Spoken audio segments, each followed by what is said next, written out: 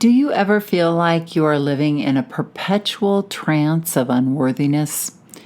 In Tara Brach's seminal book, Radical Acceptance, she uncovers the trance and shows us a way to become present to ourselves, self-compassionate, and at home in our body.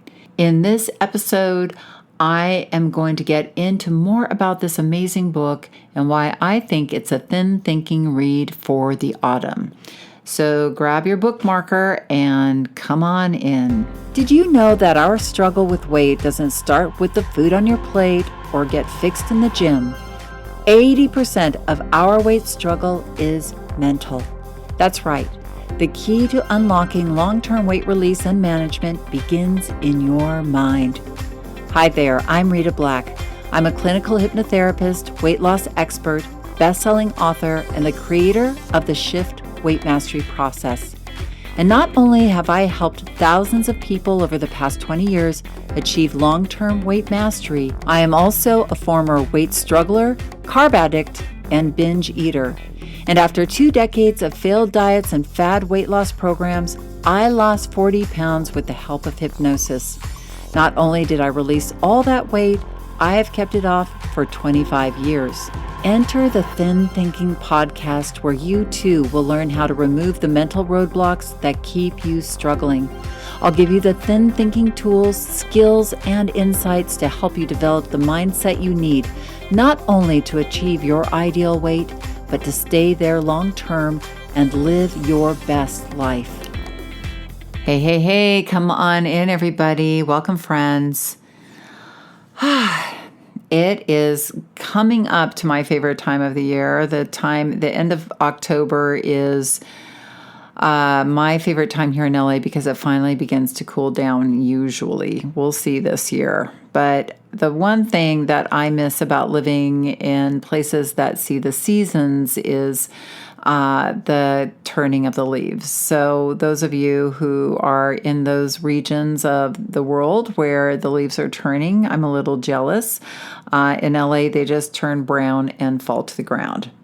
But it's a romantic time of year when we come inside and we snuggle up with a good book. And so there may be some of you who are already fans of Tara Brach, who is a Buddhist psychologist and is probably one of the most influential forces in the world of mental health, who has brought the idea of self-compassion into popular culture.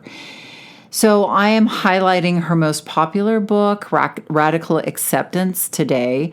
It's funny, I gave it to my daughter a few years ago, and she devoured it and highlighted many of the passages. And it's one of those books you do want to highlight and remember. There are so many great passages in there. So why I recommend this book for you as a thin thinker is that any journey to weight mastery isn't just about weight. It really is that journey of accepting and loving yourself. And why I think this book offers many concrete tools for opening up your mind and heart to accepting and loving yourself. So I'm going to read to you from the synopsis and some of my favorite passages, and also my daughter's, because she's highlighted these as well.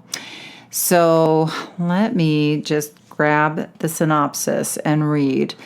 Believing that something is wrong with us is a deep and tenacious suffering, says Tara Brach at the start of this illuminating book. This suffering emerges in crippling self-judgments and conflicts in our relationships, in addictions and perfectionism, in loneliness and overwork, all the forces that keep our lives constricted and unfulfilled. Radical acceptance offers a path to freedom, including the day-to-day practical guidance developed over Dr. Brach's 20 years of work with therapy clients and Buddhist students. Writing with great warmth and clarity, Tara Brach brings her teachings alive through personal stories and case studies, fresh interpretations of Buddhist tales, and guided meditations. Step by step, she shows how we can stop being at war with ourselves and begin to live fully every precious moment of our lives. All right, sound inviting enough? I think it does. Okay, so let me read you one of the first passages in the book.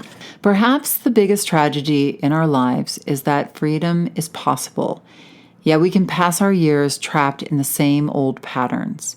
Entangled in the trance of unworthiness, we grow accustomed to caging ourselves with self-judgment and anxiety, with restlessness and dissatisfaction. We grow incapable of accessing the freedom and peace that are our birthright. We may want to love other people without holding back, to feel authentic, to breathe in beauty around us, to dance and sing. Yet each day we listen to inner voices that keep our life small. Even if we were to win millions of dollars in the lottery or marry the perfect person, as long as we feel not good enough, we won't be able to enjoy the possibilities before us. We can learn to recognize when we are keeping ourselves trapped by our own beliefs and fears.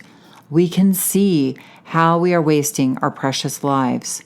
The way out of our cage begins with accepting absolutely everything about ourselves and our lives by embracing with wakefulness and care our moment-to-moment experience.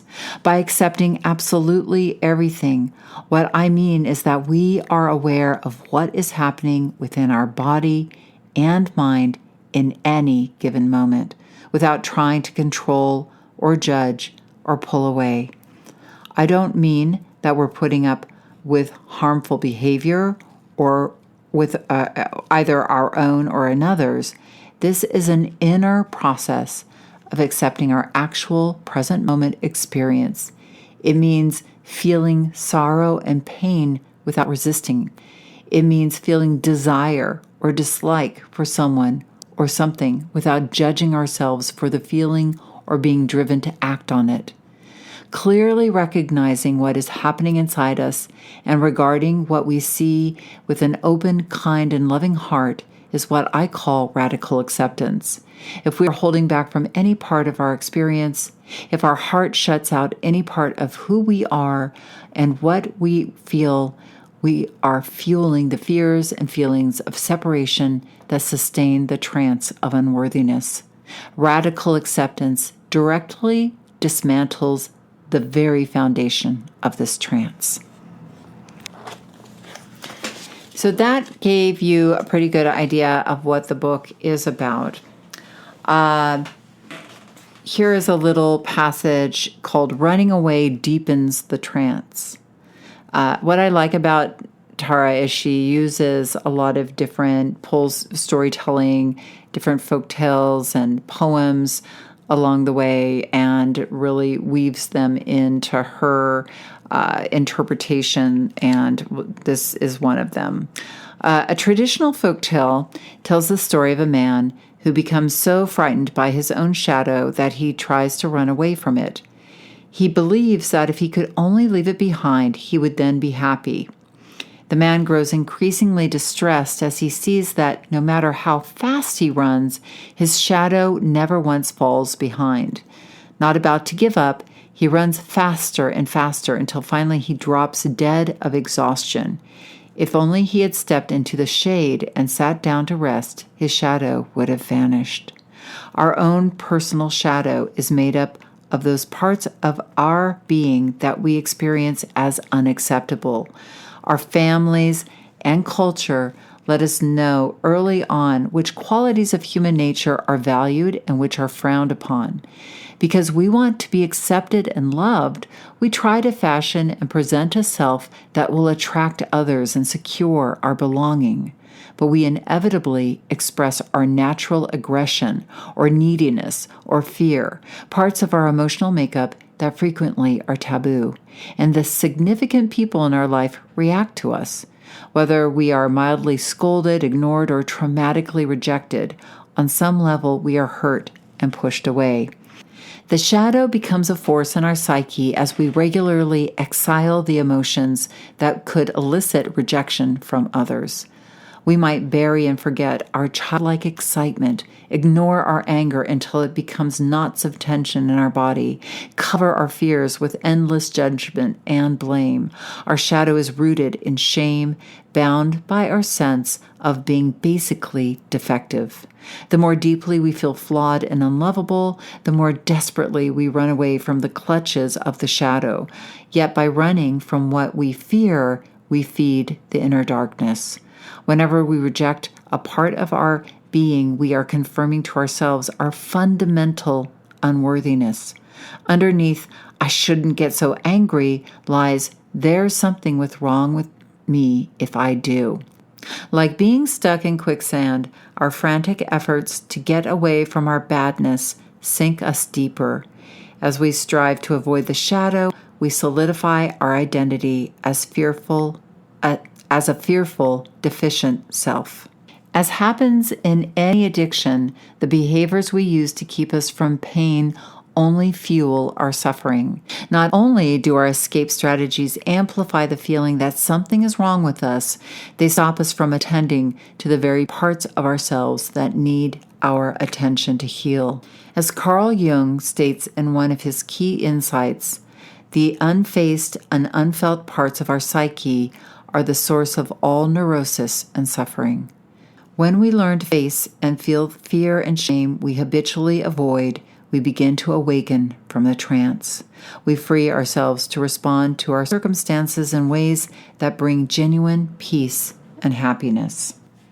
All right, I'm going to read to you one last piece about leaning into fear. And just to give you a taste of what this book is about, and I really highly recommend, this is a really great autumn read as we head into the dark days of winter, to really go into the winter with an attitude of, even though the days are darker, that we can reach within and appreciate and love ourselves more.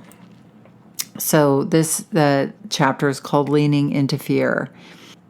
In a popular teaching story, a man being chased by a tiger leaps off a cliff in his attempt to get away. Fortunately, a tree growing on the side of the cliff breaks his fall. Dangling from it by one arm, tiger pacing above, jutting rocks hundreds of feet below, he yells out in desperation, "Help! Somebody help me!" A voice responds, "Yes?" The man screams, "God, God, is that you?" Again, "Yes." Terrified, the man says, "God, I'll do anything. Just please, please, please help me." God responds, "Okay then, just let go."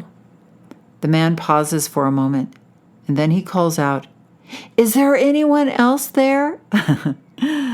So, in the face of fear, letting go of what seems to be our lifeline is the last thing we want to do. It's so true. We want to avoid the tiger's mouth and the jutting rocks by accumulating possessions, by getting lost in our mental stories, by drinking 3 glasses of wine each evening. But to free ourselves from the trance of fear, we must let go of the tree limb and fall into the fear, opening to the sensations and the wild play of feelings in our body. We must agree to feel what our mind tells us is too much. We must agree to the pain of dying, to the inevitable loss of all that we hold dear. Letting go into fear, accepting it, may seem counterintuitive. Yet because fear is an intrinsic part of being alive, resisting it means resisting life. The habit of avoidance seeps into every aspect of our life. It prevents us from loving well, from cherishing beauty within and around us, from being present to the moment. This is why radical acceptance of fear is right at the center of our spiritual awakening. Leaning into fear does not mean losing our balance and getting lost in fear, because our usual stance in relating to fear is leaning away from it. To turn and face fear directly serves as a correction. As we lean in, we are inviting, moving towards what we habitually resist. Leaning in allows us to touch directly the quivering, the shakiness, the gripping tightness that is fear. Whether it's a familiar but vague feeling of anxiety or a strong surge of fear, leaning in can help us become aware and free in the midst of our experience. We might wake up after a disturbing dream. We might have gotten a call from our doctor's office about a suspicious mammogram. We might hear a rumor of our company downsizing. We might have read a new warning about a potential terrorist attack. In any of these circumstances, a new way to begin the process is to pause and ask ourselves, what is happening right now? It is especially important to address this inquiry to the sensations we feel in our throat, heart, and stomach. These are the areas in our body where fear expresses itself most distinctly. When we begin to face fear by focusing on sensations, what often happens is our mind immediately produces a story. We might get lost in our plans on how to respond to a frightening situation, or we might fixate on fearful beliefs and assumptions. I'm afraid I'm a failure. I'm afraid I'll never find love and intimacy. I'm afraid that so-and-so will see how stupid and uninteresting I am and push me away.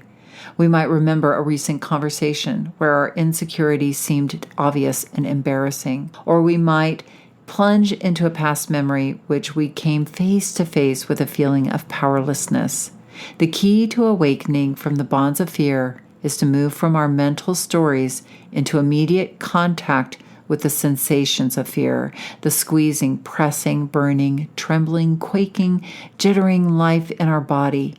In fact, the story, as long as we remain awake and don't get stuck in it, can become a useful gateway to the raw fear itself. While the mind will continue to generate stories about what we fear, we can recognize the thoughts for what they are and drop under them again and again to connect with the feelings in our body.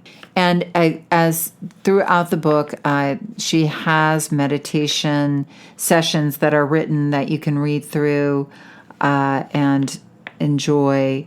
There are many techniques and tools that she gives. Well, I hope you enjoyed some of those passages. You can see how she really opens the door to stepping into some really powerful healing, confronting feelings and fears, really bringing the shadow up to the light. There are many meditations in this book that are really powerful, and I think you would find this book a great gift for yourself or maybe for someone you love. So check it out. She is a great teacher, and I'm really happy to introduce her to you if you are new to her, or remind you that she exists for those of you who may have enjoyed her in the past and forgotten. So have an amazing week, and remember that the key, and probably the only key, to unlocking the door of the weight struggle is inside you. So keep listening and find it. Have a fantastic week. I will see you guys next week. You want to dive deeper into the mindset of long-term weight release? Head on over to www.shiftweightmastery.com.